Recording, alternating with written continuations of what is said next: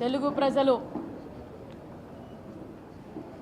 భారతదేశంలోనే ప్రాంతీయ పార్టీల అతిపెద్ద కుటుంబం తెలుగుదేశం కుటుంబం.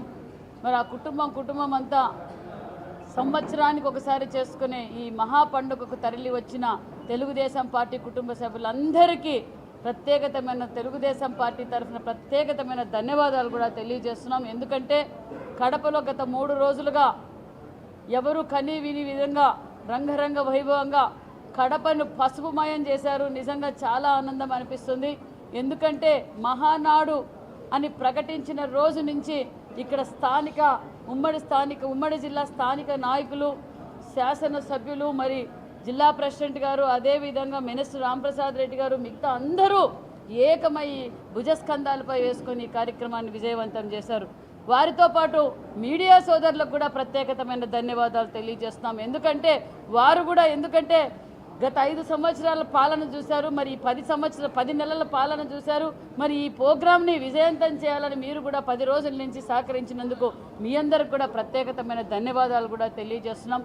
మరి చరిత్రలో ఎప్పుడు ఇంత విశాలమైన ప్రాంతం, ఇంత పెద్ద ఎత్తున అంటే గతంలో మహానాడు చేసుకుంటాం ఆనవాయితీ. ఎందుకంటే అన్న నందమూరి తారక రామారావు గారు బలహీన వర్గాల కోసం పార్టీ పెట్టిన రోజు అప్పటి నుంచి కూడా మనం మహానాడు కార్యక్రమాలు చేసుకుంటూ వచ్చాం. కానీ విని ఎనగని విధంగా ఈరోజు కడపలో ఒక చరిత్ర సృష్టించారు.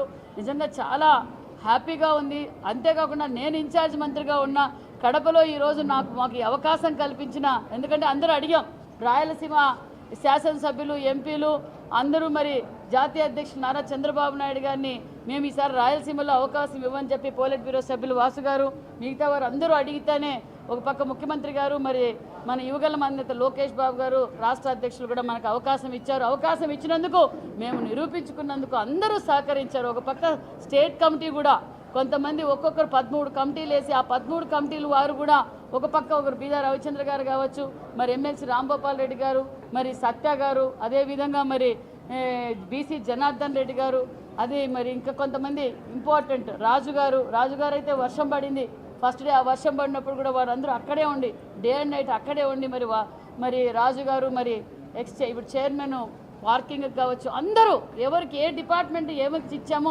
అందరూ వాళ్ళ భుజస్కంధాలపై వేసుకొని ప్రోగ్రామ్ సక్సెస్ చేశారు. మరి చాలా సంతోషం. మరి యుగల అధినేత గారు మనకు 6 తీర్మానాలు చేశారు. భావి తరాల భవిష్యత్ కోసం ఈరోజు నిన్నటి రోజున తీర్మానాలు కూడా చేయడం చాలా ఆనందంగా ఉంది. రాయలసీమ నాది, నా గడ్డ, నా పులిబిడ్డ అని చెప్పుకున్న వాళ్ళు చాలామంది చూశారు. చివరికి రాయలసీమ కాదు కడప అనే భ్రమలో ఉన్నారు. ఎలక్షన్ల తర్వాత 10లో 7 సీట్లు తెలుగుదేశం ఎన్డీఏ ప్రభుత్వం గెలిచినా ఇంకా అదే భ్రమలో ఉన్నాడు.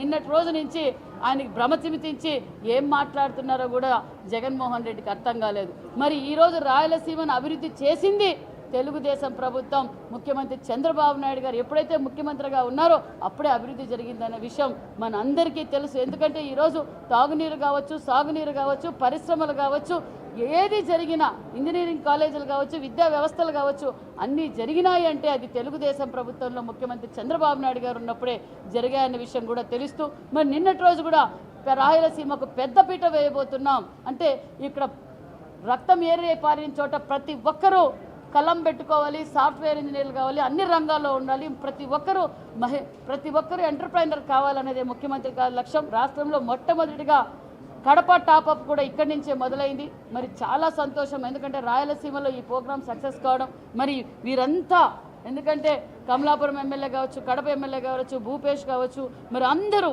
మన ముఖ్యంగా వాసు గారు కావచ్చు, అందరూ భుజస్కంధాలపై వేసుకొని ఈ ప్రోగ్రాం సక్సెస్ చేశారు. మరి రాంప్రసాద్ రెడ్డి గారు మరి భారీ ఎత్తున తరలించి రావడం, ఇలా మొత్తం అందరూ మూకుమ్మడిగా ఈ ప్రోగ్రాం సక్సెస్ చేసినందుకు మరొక్కసారి